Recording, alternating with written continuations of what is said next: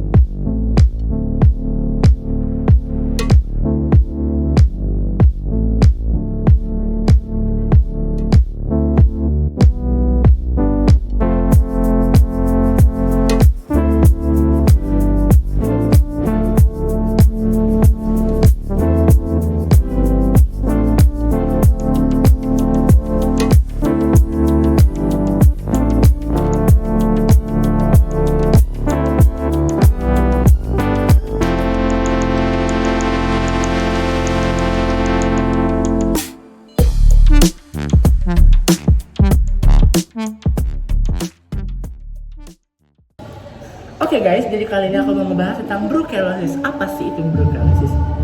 Jadi, brucellosis adalah penyakit yang disebabkan oleh bakteri Brucella. Nah, bakteri Brucella ini sendiri berasal dari hewan.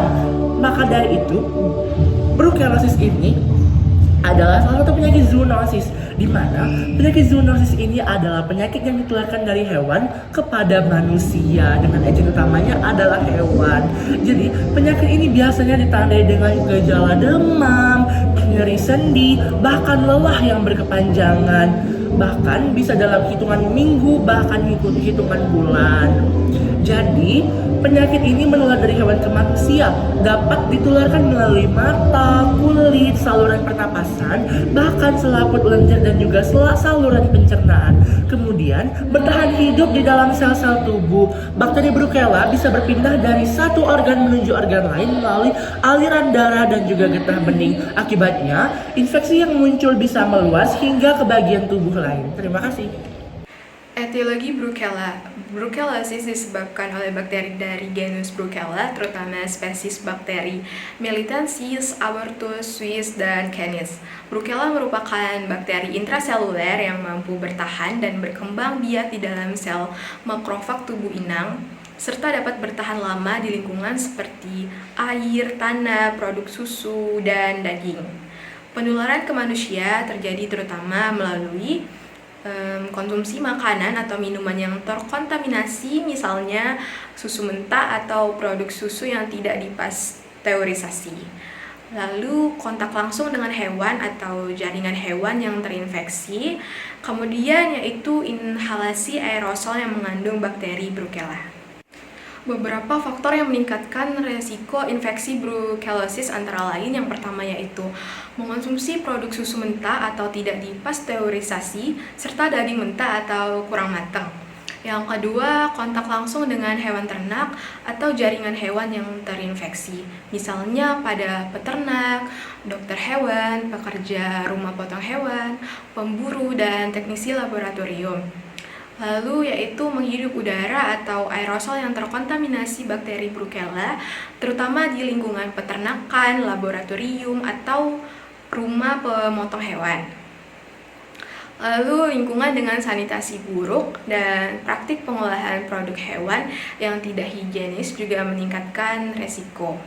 Penularan antar manusia sangat jarang terjadi, namun bisa melalui transfusi darah, transplantasi sumsum tulang, atau kontak seksual. Nah, dampaknya selanjutnya yaitu mengenai resiko penularan di tempat kerja. Hal ini harus dipindahkan juga atau dipisahkan dari pekerja yang mungkin bisa ditularkan atau rentan terhadap penyakit seperti itu. Nah, pada penyakit ini ada gejala-gejala yang sering muncul pada orang yang punya penyakit brucellosis ini. Yang pertama yaitu mengalami demam yang naik turun atau sering disebut dengan demam undulans. Yang kedua, adanya keringat malam yang berlebih, dan yang ketiga kelelahan hebat, yang keempat nyeri otot dan sendi, yang kelima sakit kepala, dan yang keenam nafsu makan yang menurun serta adanya pembesaran hati atau limpa. Hal ini terjadi pada seseorang yang menderita penyakit ini dan sudah kasusnya kronis. Selanjutnya, contoh pekerjaan yang beresiko terdampak Brucella. Yang pertama ada pekerja peternakan yang menangani hewan ternak yang terinfeksi Brucella seperti sapi, kambing, dan babi. Yang kedua ada pekerja laboratorium yang menangani sampel biologis yang mengandung Brucella. Yang ketiga ada pekerja pemotongan hewan yang menangani hewan yang terinfeksi Brucella. Dan yang keempat ada dokter hewan yang menangani hewan yang terinfeksi Brucella. Selanjutnya, upaya pencegahan dan pengendalian penyakit Brucella. Yang pertama ada penggunaan APD seperti sarung tangan, masker, dan kacamata pelindung. Yang kedua, pemeriksaan kesehatan hewan secara teratur. Yang ketiga, pendidikan dan pelatihan untuk pekerja tentang bahaya Brucella dan cara pencegahannya. Dan yang keempat, pengawasan lingkungan kerja untuk mendeteksi potensi penyebaran bakteri Brucella.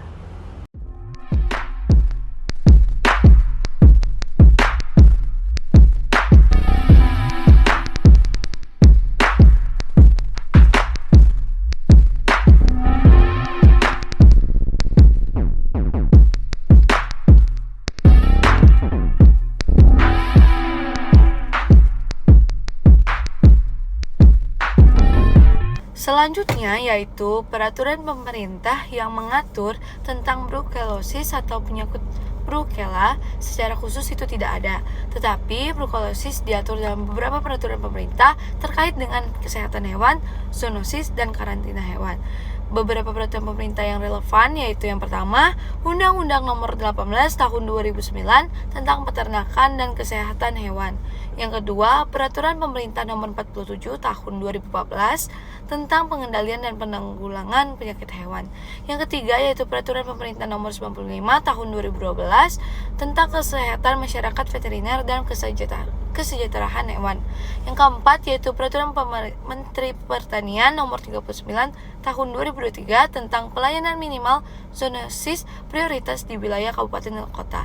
Yang kelima yaitu Peraturan Menteri Pertanian Nomor 61 Tahun 2015 tentang Pemberantasan Penyakit Hewan.